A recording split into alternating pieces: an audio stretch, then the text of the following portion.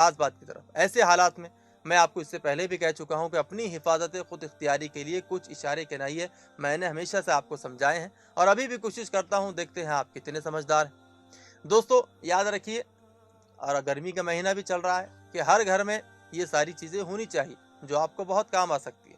सबसे पहले तो हर मुसलमान के पास नारियल काटने के लिए एक छुरी होना चाहिए। ये आपको शहर में कहीं भी कोई भी हार्डवेयर या बेचने वाले के पास या अमेज़न या फ्लिपकार्ट पर आसानी से मिल जाएगी।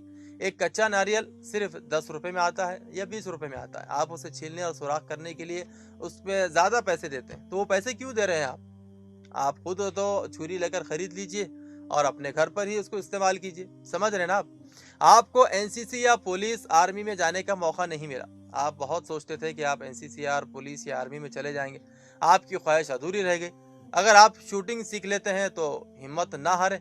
एयरगन 0.17 जो कि मार्केट में 3 या 4 हज़ार रुपये में आती है, और नेट पर 17.0 बोर एयरगन आसानी से मिलती है। उसकी लाइसेंस की भी उसको ज़रूरत नहीं है, आप वो घर में रख सकते हैं। उसके अलावा हालात को देखते हुए आप घर में 20 किलो ब्लीचिंग पाउडर की एक बोरी रख लीजिए। 1 लीटर पानी में सिर्फ 10 ग्राम ब्लीचिंग पाउडर डाल दीजिए। ये सैनिटाइजर का बहुत ज़बरदस्त मुतबादिल। ख्याल रहे कि अगर आप गलती से 200 से 300 ग्राम उसमें डाल देंगे तो ये बहुत ख़तरनाक हो जाता है। इसके छूने से इंसानी जिल्द को शदीद नुकसान पहुंचता है, शदीद जलन होती है। समझ रहे हैं ना आप मैं क्या कह रहा हूँ?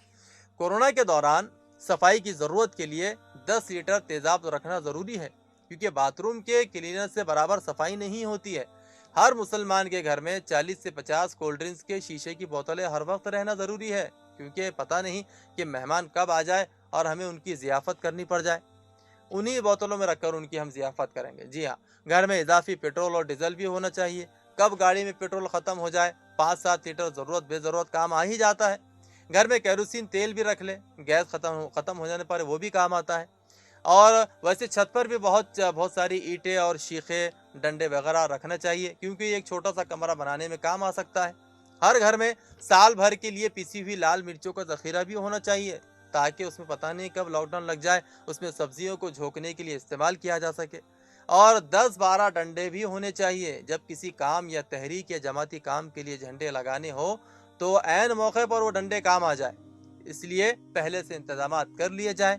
आप समझ रहे हैं ना मैं क्या कह रहा हूँ? बस अल्लाह से यही दुआ है कि अल्लाह ताला तमाम आलम इस्लाम की, तमाम मुसलमानों की और ख़ास तौर से भारत के मुसलमानों की हर जानिब से हिफाजत फरमाए।